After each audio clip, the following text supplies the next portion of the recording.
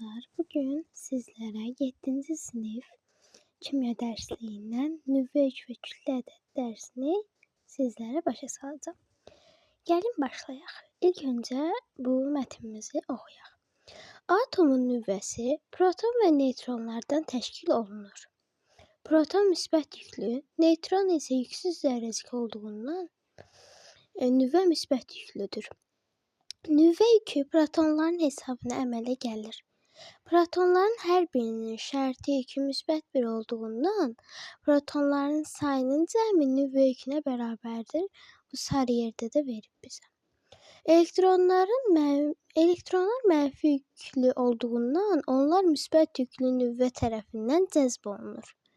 Buna görə də onlar nüvə ətrafında müəyyən elektron təbəqələri üzrə hərəkət edir. Helium, lityum və berilyum atomlarının modellərindən göründüyü kimi, atomda proton və elektronların sayı bərabər olur. Burada sarı yerdə verib ki, proton sayı bərabərdir elektron sayına. İndi keçirik digər səhifəyə. Protonun və elektronun yükü mütləq qiymətcə bir-birinə bərabər, işarəci əksdir. Onların sayı da bir-birinə bərabər olduğundan atomda bütövlükdə müsbət və mənfi yüklər bir-birinə bərabər olur. Bu səbəbdən atom elektroneytraldır, yəni yükü sıfırdır. Burada sarı yerdə oxuyaq. Atom müsbət yüklü nüvədən və onun ətrafında paylanan mənfi yüklü elektronlardan ibarət elektroneytral zərrəcikdir.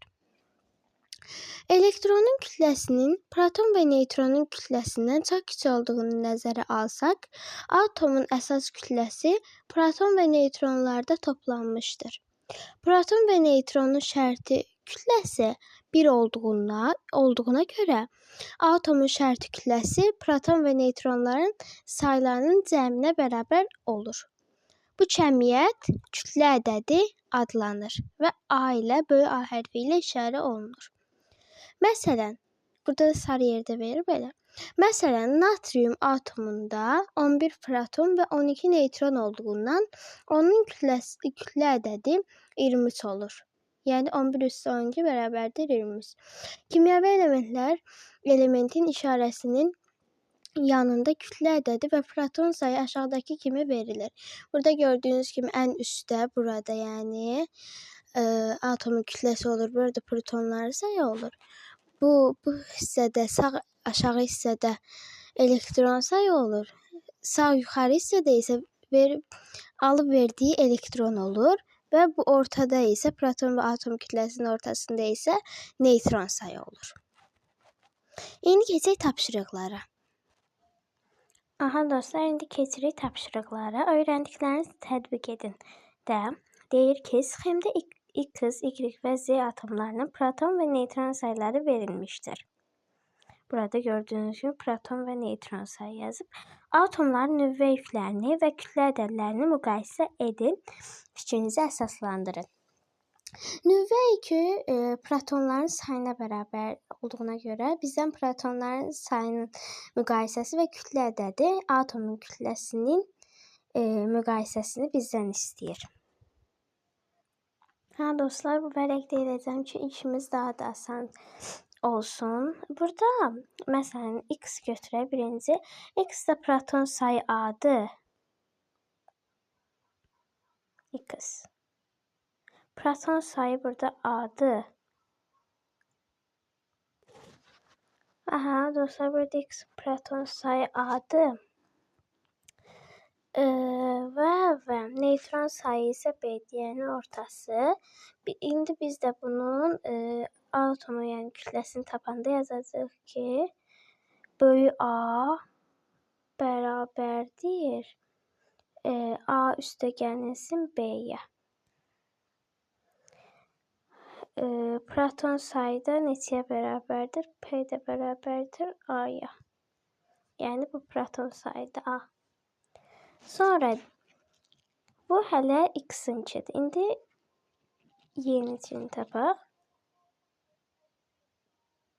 Y yazırıq. Burada A üstə B proton sayı, B üstə 2 neutron sayı. A üstə gəlinsin B. B-də nə? B üstə gəlinsin 2. O da neutron sayı. Düz. Yox, B. Baxaq bilən biz yeni axtarırıq. B üstə gəlinsin 2. B üstə gəlinsin 2. Biz də bunun atom kütləsini taparkən B 2B yazacaq. Çünki burada 2 dənə B görürük. Üstə gəlinsin 2 üstə gəlinsin A. Ya da məsələn B də yaza bilərik. Bu da eyni şeydir. B üstə gəlinsin B. Balaca B-nə yazaqdır. Üstə gəlinsin 2. Üstə gəlinsin A. B də yazıla bilər. İndi bir də qaldı Z. Z-ni də indi tapaq. İndi dostlar Z-ni tapaq. Z-nin proton sayı A üstə gəlinsin 2. A üstə gəlinsin 2. Neutron sayı isə B-dir. Biz də bunun atom kütləsini tapanda B üstə gəlinsin A üstə gəlinsin 2. Biz də indi bunun müqayisəsini istəyir. Elə mən tez bir şəkildə yazım bunu. Proton sayındakı müqayisəsi X kiçikdir Y-dən, o da kiçikdir Z-dən. Atomun kütləsində isə, yəni kütlə ədədində X kiçikdir Z-dən, o da kiçikdir Y-dən. Bu da atom kütləsinin müqayisəsi. İndi öyrəndiklərinizi yoxlayın keçək. Aha dostlar, ilk sualda deyir ki, nə üçün atom elektroneytral hissəcikdir? Atomun elektroneytral olduğunu berilyum atomun misalında izah edin. Burada yazacağıq ki, elektroneytraldır. Çünki o atomda, yəni atomda, berilyum atomunda müsbət və mənfi yüklü zərrəciklər olduğu üçün, yəni proton müsbət yüklü, elektron isə mənfi yüklü zərrəcikdir deyə. İkinci sual. Bor atom kütləsi 11 burada və proton sayı 5. Karbonda isə atom kütləsi 12, proton sayı 6. Proton və neutron sayılarının müqayisəsi hallarda hansı hallarda düzgün verilmişdir? Biz indi borunkini tapaq burada. B bərabərdir. Daha doğrusu birincidə, yəni B atomunda, yəni borda. Yazacağıq şimdi nə bərabərdir? 11 çıxılsın 5-ə, o da bərabərdir 6-ya. Bir də karbonda 12 ilə 6. Burada yazacağıq nə bərabərdir? 12 çıxı 6-ya da eləyir 6. Burada neutron sayıları bərabər oldu. Neutron sayıları bərabər olanda burada 4 var.